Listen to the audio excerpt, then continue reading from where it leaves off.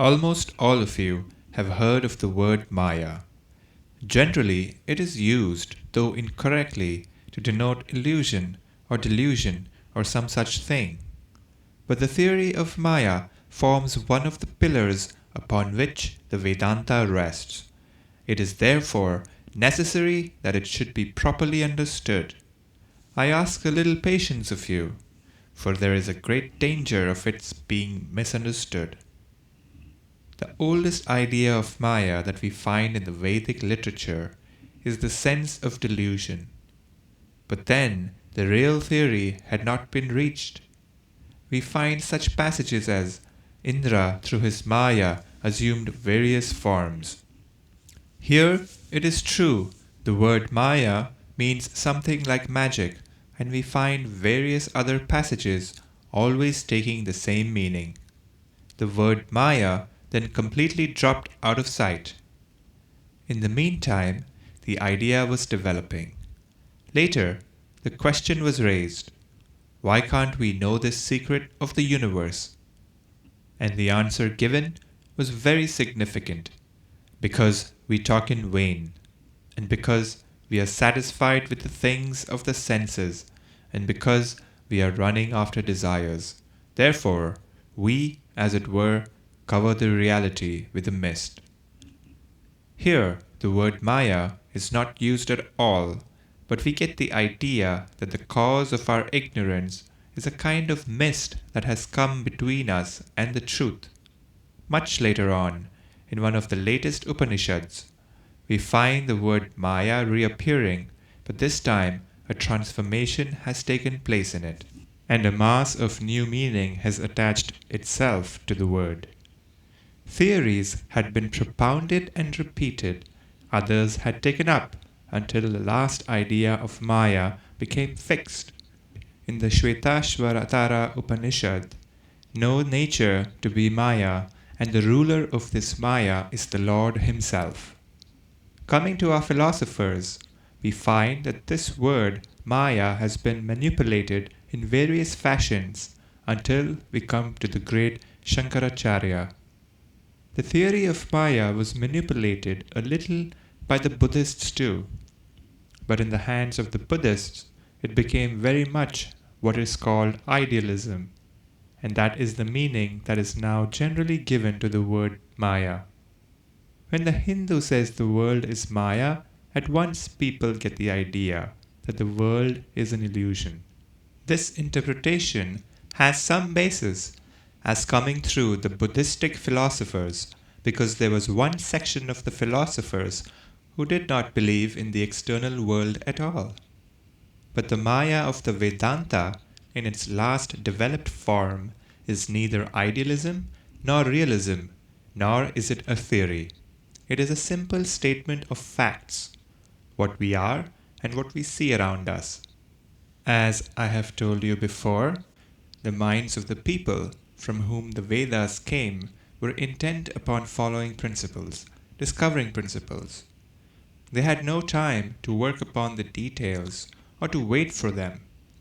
They wanted to go deep into the heart of things. Something beyond was calling them, as it were, and they could not wait. Scattered through the Upanishads, we find that the details of subjects which we now call modern sciences are often very erroneous, but at the same time their principles are correct. For instance, the idea of ether, which is one of the latest theories of modern science, is found to be in our ancient literature in forms much more developed than is the modern scientific theory of ether today, but it was in principle. When they tried to demonstrate the workings of that principle, they made many mistakes. The theory of the all-pervading life principle, of which all life in this universe is but a differing manifestation, was understood in Vedic times. It is found in the Brahmanas. There is a long hymn in the Samhita in praise of prana, of which all life is but a manifestation. By the way, it may interest some of you to know that there are theories in the Vedic philosophy about the origin of life on this earth very similar to those which have been advanced by some modern European scientists. You, of course, all know that there is a theory that life came from other planets. It is a settled doctrine with some Vedic philosophers that life comes in this way from the moon. Coming to the principles, we find these Vedic thinkers very courageous and wonderfully bold in propounding large and generalized theories. Their solution of the mystery of the universe from the external world was as satisfactory as it could be. The detailed workings of modern science do not bring the question one step nearer to solution because the principles have failed. If the theory of ether failed in ancient times to give a solution of the mystery of the universe, working out the details of that ether theory would not bring us much nearer to the truth. If the theory of all-pervading life failed as a theory of this universe, it would not mean anything more if worked out in detail, for the details do not change the principle of this universe. What I mean is that in their inquiry into the principle, the Hindu thinkers were as bold and in some cases much bolder than the moderns. They made some of the grandest generalizations that have yet been reached, and some still remain as theories which modern science has yet to give even as theories. For instance, they not only arrived at the ether theory, but went beyond and classified mind also as a still more rarefied ether. Beyond that again, they found a still more rarefied ether. Yet that was no solution. It did not solve the problem. No amount of knowledge of the external world could solve the problem. But, says the scientist, we are just beginning to know a little. Wait a few thousand years and we shall get the solution. No, says the Vedantist, for he has proved beyond all doubt that the mind is limited, that it cannot go beyond certain limits, beyond time, space, and causation. As no man can jump out of his own self, so no man can go beyond the limits that have been put upon him by the laws of time and space. Every attempt to solve the laws of causation, time, and space would be futile, because the very attempt would have to be made by taking for granted the existence of these three. What does that statement of the existence of the world mean, then? This world has no existence. What is meant by that? It means that it has no absolute existence. It exists only in relation to my mind, to your mind, and to the mind of everyone else. We see this world with the five senses, but if we had another sense, we would see in it something more. If we had yet another sense, it would appear as something still different. It has, therefore, no real existence. It has no unchangeable, immovable, infinite existence. Nor can it be called non-existence, seeing that it exists, and we slave to work in and through it. It is a mixture of existence and non-existence. Coming from abstractions to the common, everyday details of our lives, we find that our whole life is a contradiction, a mixture of existence and non-existence. There is this contradiction in knowledge. It seems that man can know everything if he only wants to know, but before he has gone a few steps, he finds an adamantine wall which he cannot pass. All his work is in a circle, and he cannot go beyond that circle. The problems which are nearest and dearest to him are impelling him on and calling day and night for a solution, but he cannot solve them, because he cannot go beyond his intellect. And yet, that desire is implanted strongly in him. Still, we know that the only good is to be obtained by controlling and checking it. With every breath, every impulse of our heart asks us to be selfish. At the same time, there is some power beyond us which says that it is unselfishness alone which is good. Every child is born an optimist. He dreams golden dreams. In youth, he becomes still more optimistic. It is hard for a young man to believe that there is such a thing as death, such a thing as defeat or degradation. Old age comes, and life is a mass of ruins. Dreams have vanished into the air, and the man becomes a pessimist. Thus we go from one extreme to another, buffeted by nature, without knowing where we are going. It reminds me of a celebrated song in the Lalita Vistara, the biography of Buddha. Buddha was born, says the book, as the savior of mankind, but he forgot himself in the luxuries of his palace. Some angels came and sang a song to rouse him, and the burden of the whole song is that we are floating down the river of life, which is continually changing with no stop and no rest. So are our lives, going on and on without knowing any rest. What are we to do? The man who has enough to eat and drink is an optimist, and he avoids all mention of misery, for it frightens him. Tell not to him of the sorrows and the sufferings of the world. Go to him and tell that it is all good. Yes, I am safe, says he. Look at me. I have a nice house to live in. I do not fear cold and hunger. Therefore, do not bring these horrible pictures before me. But, on the other hand, there are others dying of cold and hunger. If you go and teach them that this is all good, they will not hear you. How can they wish others to be happy when they are miserable? Thus, we are oscillating between optimism and pessimism. Then, there is this tremendous fact of death. The whole world is going towards death. Everything dies. All our progress, our vanities, our reforms, our luxuries, our wealth, our knowledge, have that one end, death. That is all that is certain. Cities come and go, empires rise and fall, planets break into pieces and crumble into dust, to be blown about by the atmospheres of other planets.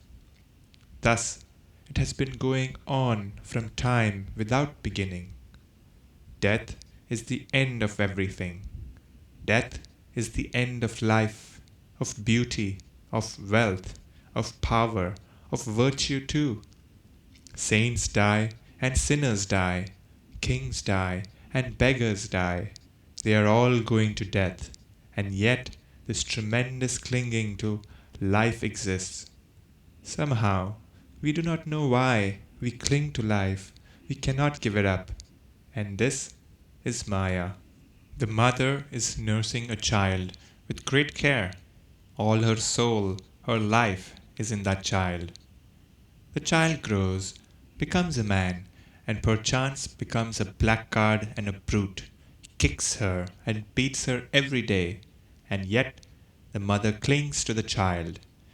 And when her reason awakes, she covers it up with the idea of love. She little thinks that it is not love, that it is something which has got hold of her nerves, which she cannot shake off. However she may try, she cannot shake off the bondage she is in. And this is Maya. We are all after the golden fleece. Every one of us thinks that this will be theirs.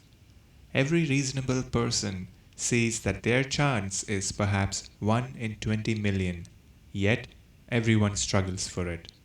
And this is Maya. Death is stalking day and night over this earth of ours, but at the same time we think we shall live eternally.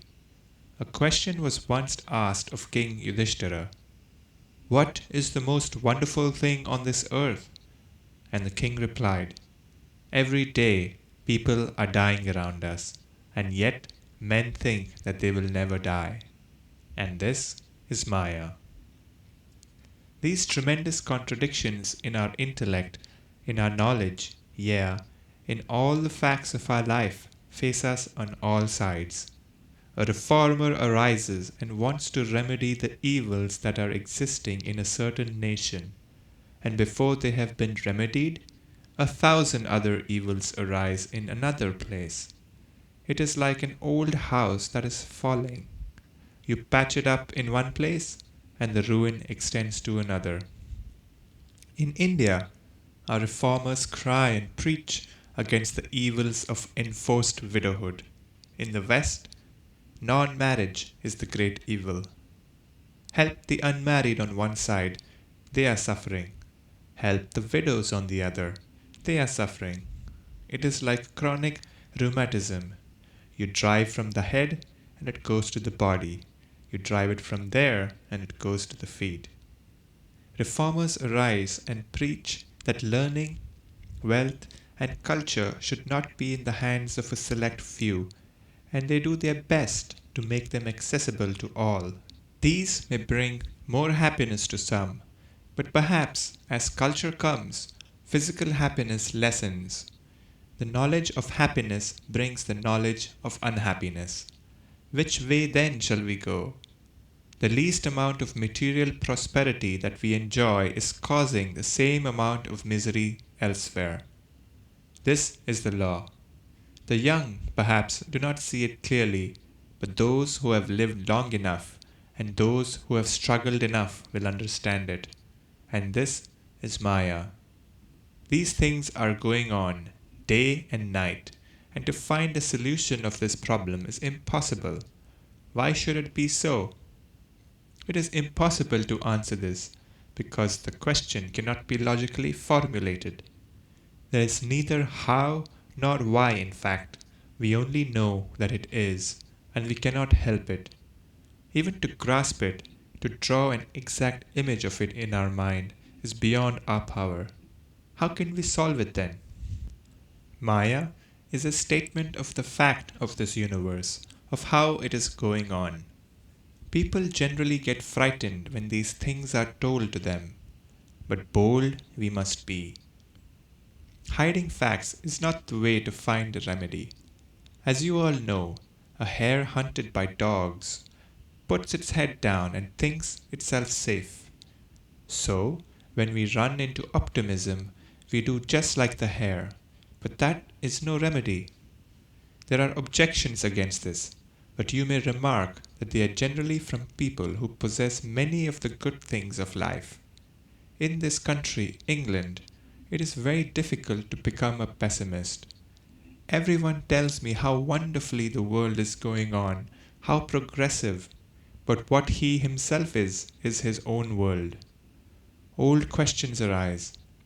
Christianity must be the only true religion of the world because Christian nations are prosperous. But that assertion contradicts itself because the prosperity of the Christian nation depends on the misfortune of non-Christian nations. There must be some to prey on. Suppose the whole world were to become Christian, then the Christian nations would become poor because there would be no non-Christian nations for them to prey on. Thus, the argument kills itself. Animals are living upon plants, men upon animals, and worst of all, upon one another, the strong upon the weak. This is going on everywhere, and this is Maya. What solution do you find for this? We hear every day many explanations and are told that in the long run all will be good. Taking it for granted that this is possible, why should there be this diabolical way of doing good? Why cannot good be done through good instead of through these diabolical methods? The descendants of the human beings of today will be happy, but why must there be all this suffering now? There is no solution. This is Maya. Again, we often hear that it is one of the features of evolution that it eliminates evil, and this evil being continually eliminated from the world, at last only good will remain. That is very nice to hear, and it panders to the vanity of those who have enough of this world's goods, who have not a hard struggle to face every day, and are not being crushed under the wheel of the so-called evolution.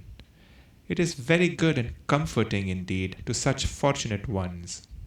The common herd may suffer, but they do not care. Let them die. They are of no consequence. Very good.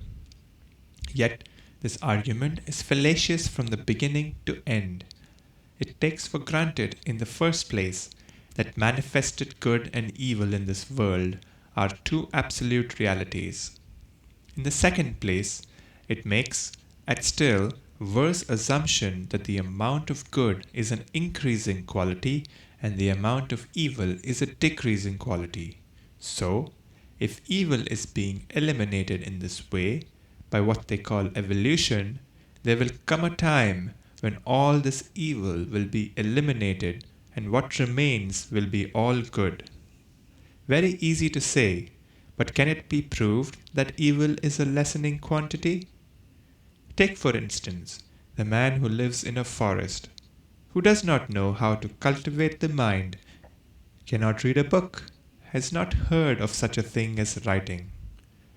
If he is severely wounded, he is soon all right again, while we die if we get a scratch. Machines are making things cheap for making progress and evolution, but millions are crushed that one may become rich. While one becomes rich, thousands at the same time become poorer and poorer, and whole masses of human beings are made slaves.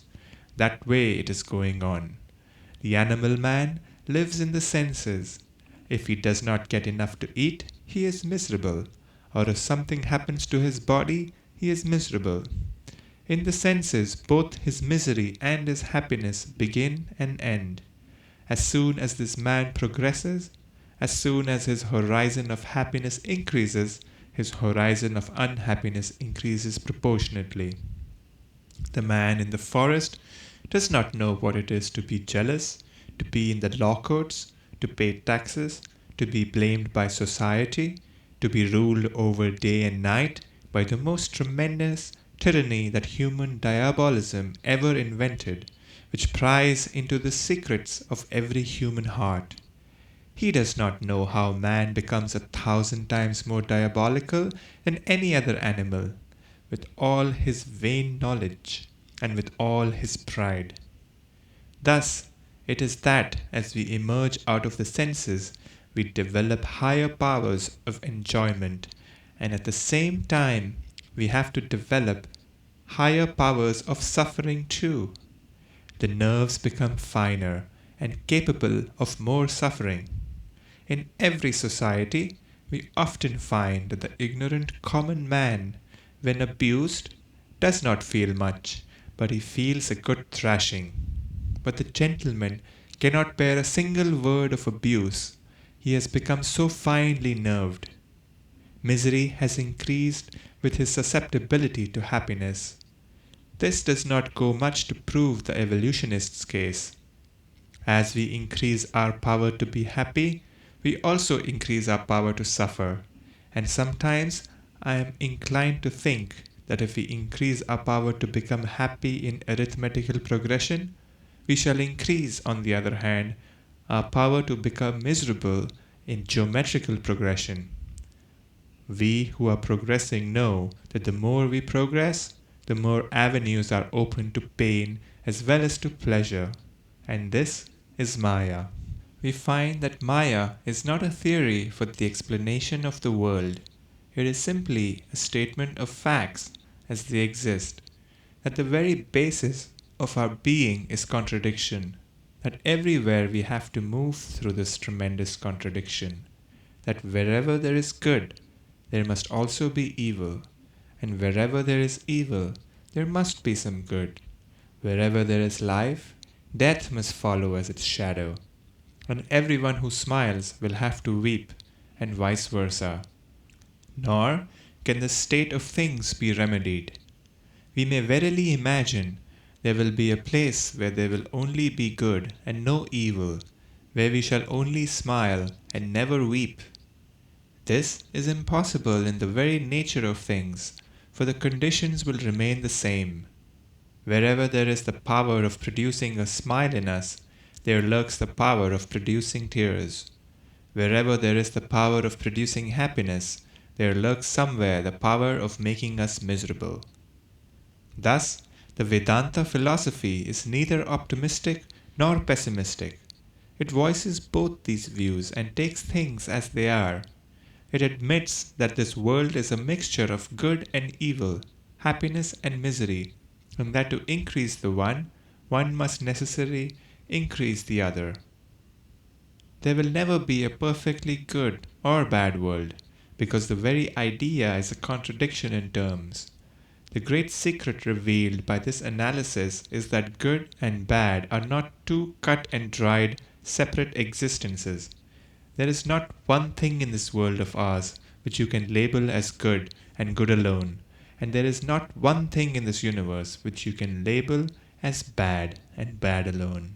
The very same phenomenon which is appearing to be good now may appear to be bad tomorrow. The same thing which is producing misery in one may produce happiness in another. The fire that burns the child may cook a good meal for a starving man. The same nerves that carry the sensations of misery carry also the sensations of happiness. The only way to stop evil, therefore, is to stop good also. There is no other way. To stop death, we shall have to stop life also. Life without death and happiness without misery are contradictions, and neither can be found alone, because each of them is but a different manifestation of the same thing. What I thought to be good yesterday, I do not think to be good now. When I look back upon my life and see what were my ideals at different times, I find this to be so. At one time, my ideal was to drive a strong pair of horses. At another time, I thought, if I could make a certain kind of sweetmeat, I should be perfectly happy. Later, I imagined that I should be entirely satisfied if I had a wife and children and plenty of money. Today, I laugh at all these ideals as mere childish nonsense. The Vedanta says there must come a time when we shall look back and laugh at these ideals which make us afraid of giving up our individuality. Each one of us wants to keep this body for an indefinite time, thinking we shall be very happy, but there will come a time when we shall laugh at this idea. Now, if such be the truth, we are in a state of hopeless contradiction, neither existence nor non-existence, neither misery nor happiness, but a mixture of them. What then is the use of Vedanta and all the other philosophies and religions? And above all, what is the use of doing good work? This is a question that comes to the mind. If it is true that you cannot do good without doing evil, and whenever you try to create happiness, there will always be misery, people will ask you, what is the use of doing good? The answer is in the first place that we must work for lessening misery, for that is the only way to make ourselves happy. Every one of us finds it out sooner or later in our lives. The bright ones find it out a little earlier, and the dull ones a little later. The dull ones pay very dearly for the discovery, and the bright ones less dearly. In the second place, we must do our part, because that is the only way of getting out of this life of contradiction. Both the forces of good and evil will keep this universe alive for us, until we awake from our dreams and give up this building of mud pies. That lesson we shall have to learn, and it will take a long, long time to learn it. Attempts have been made in Germany to build a system of philosophy on the basis that the infinite has become the finite.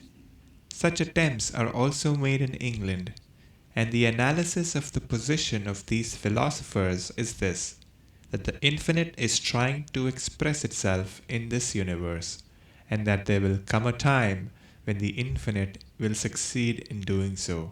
It is all very well, and we have used the words infinite and manifestation and expression and so on, but philosophers naturally ask for a logical fundamental basis for the statement that the finite can fully express the infinite. The absolute and the infinite can become this universe only by limitation. Everything must be limited that comes through the senses, or through the mind, or through the intellect, and for the limited to be the unlimited is simply absurd and can never be.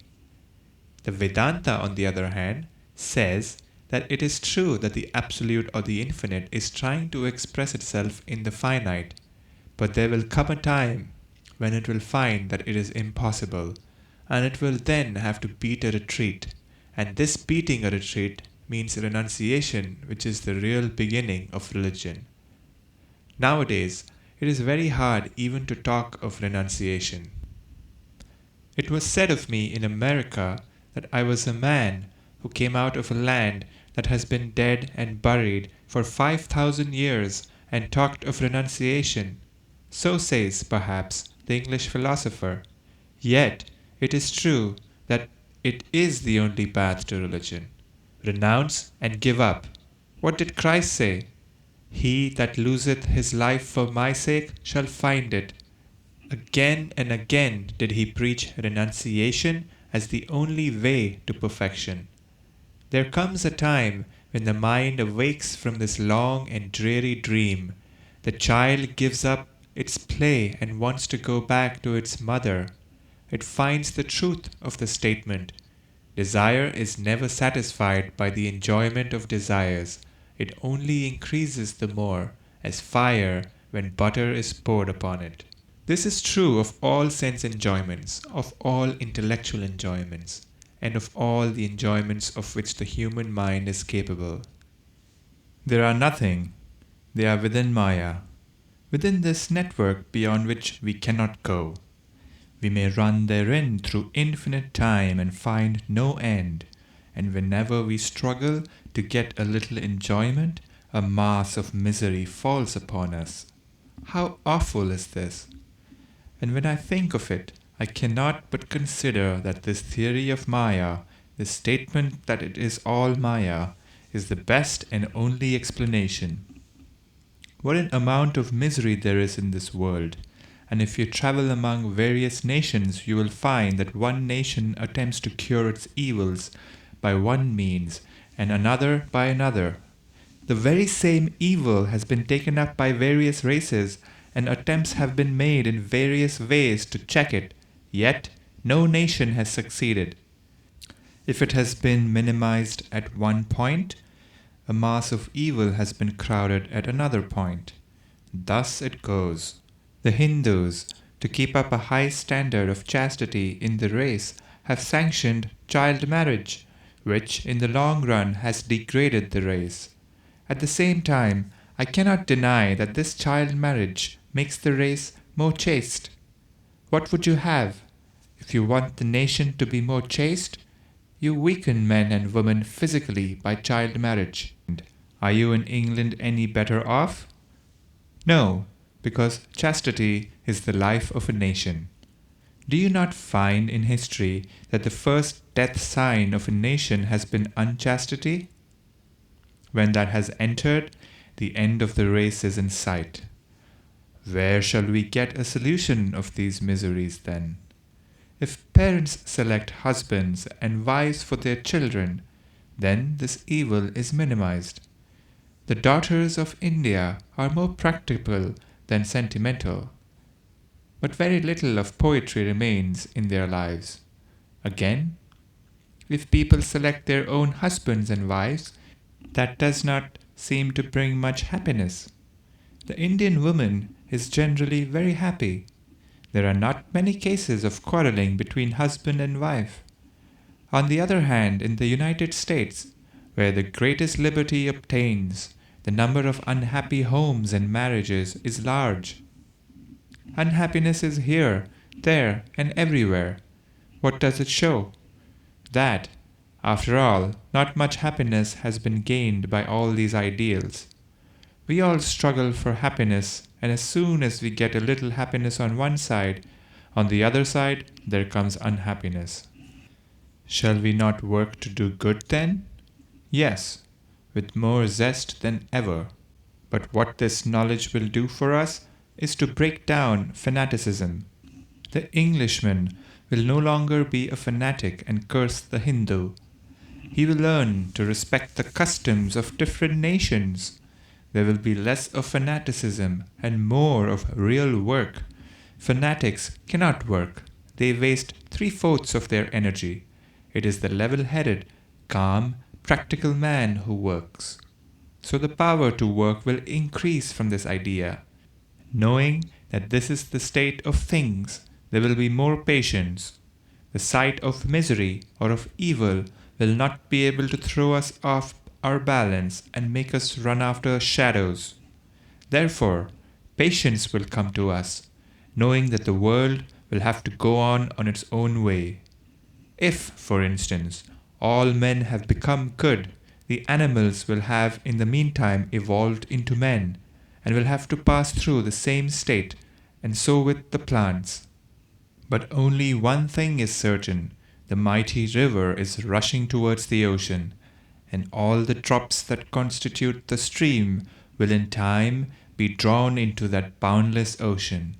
So, in this life, with all its miseries and sorrows, its joys and smiles, and tears, one thing is certain, that all things are rushing towards their goal, and it is only a question of time when you and I, and plants and animals, and every particle of life that exists, must reach the infinite ocean of perfection, must attain to freedom, to God.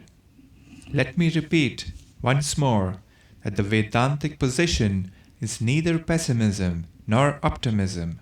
It does not say that this world is all evil or all good. It says that our evil is of no less value than our good, and our good is no more value than our evil. They are bound together. This is the world, and knowing this, you work with patience. What for?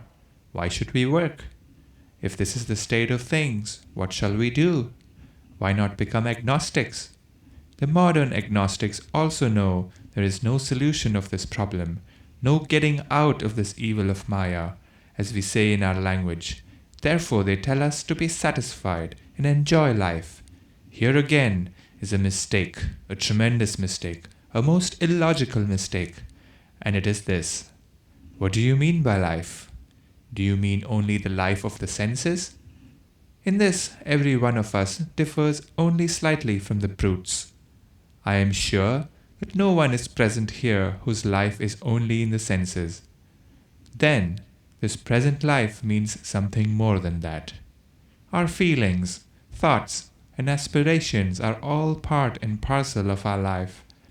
And is not the struggle towards the great ideal, towards perfection, one of the most important components of what we call life? According to the agnostics, we must enjoy life as it is. But this life means, above all, the search after the ideal. The essence of life is going towards perfection. We must have that, and therefore we cannot be agnostics or take the world as it appears. The agnostic position takes this life, minus the ideal component, to be all that exists, and this, the agnostic claims, cannot be reached. Therefore he must give up the search. This is what is called Maya, this nature, this universe. All religions are more or less attempts to get beyond nature. The crudest or the most developed, expressed through mythology or symbology, stories of God, angels or demons, or through stories of saints or seers, great men or prophets, or through the abstractions of philosophy, all have that one subject. All are trying to get beyond these limitations. In one word, they are all struggling towards freedom. Man feels, consciously or unconsciously, that he is bound. He is not what he wants to be. It was taught to him at the very moment he began to look around. That very instant he learned that he was bound, and he also found that there was something in him which wanted to fly beyond, where the body could not follow. but which was as yet chained down by this limitation. Even in the lowest of religious ideas were departed ancestors and other spirits, mostly violent and cruel, lurking about the houses of their friends, fond of bloodshed and strong drink, are worshipped. Even there we find that one common factor, that of freedom. The man who wants to worship the gods sees in them, above all things, greater freedom than in himself. If a door is closed, he thinks the gods can get through it, and the walls have no limitations for them. This idea of freedom increases until it comes to the ideal of a personal God, of which the central concept is that he is a being beyond the limitation of nature, of Maya. I see before me, as it were, that in some of those forest retreats, this question is being discussed by those ancient sages of India, and in one of them, where even the oldest and the holiest fail to reach the solution, a young man stands up in the midst of them and declares, "Hear, ye children of immortality, hear! Ye who lives in the highest places, I have found the way. By knowing Him who is beyond darkness, we can go beyond death." This Maya is everywhere. It is terrible. Yet we have to work through it. The man who says that he will work when the world has become all good and then he will enjoy bliss is as likely to succeed as the man who sits behind the Ganga and says, "I will ford the river when all the water has run into the ocean."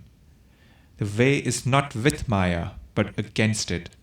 This is another fact to learn. We are not born as helpers of nature, but competitors with nature. We are its bondmasters, but we bind ourselves down. Why is this house here? Nature did not build it. Nature says, "Go and live in the forest." Man says, "I will build a house and fight with nature." And he does so. The whole history of humanity is a continuous fight against the so-called laws of nature, and the man gains in the end. Coming to the internal world, there too the same fight is going on. This fight between the animal and the spiritual man, between light and darkness, and here too man becomes victorious. He, as it were, cuts his way out of nature to freedom.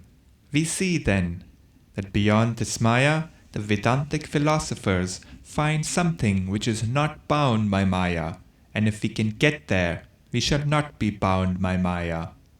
This idea is in some form or other in common property of all religions. But with the Vedanta, it is only the beginning of religion and does not end there.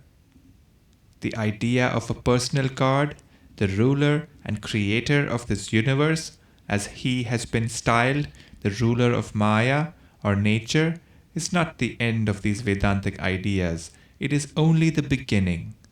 This idea grows and grows until the Vedantist finds that he who he thought was standing outside is he himself and is really within. He is the one who is free, but who through limitation thought he was bound.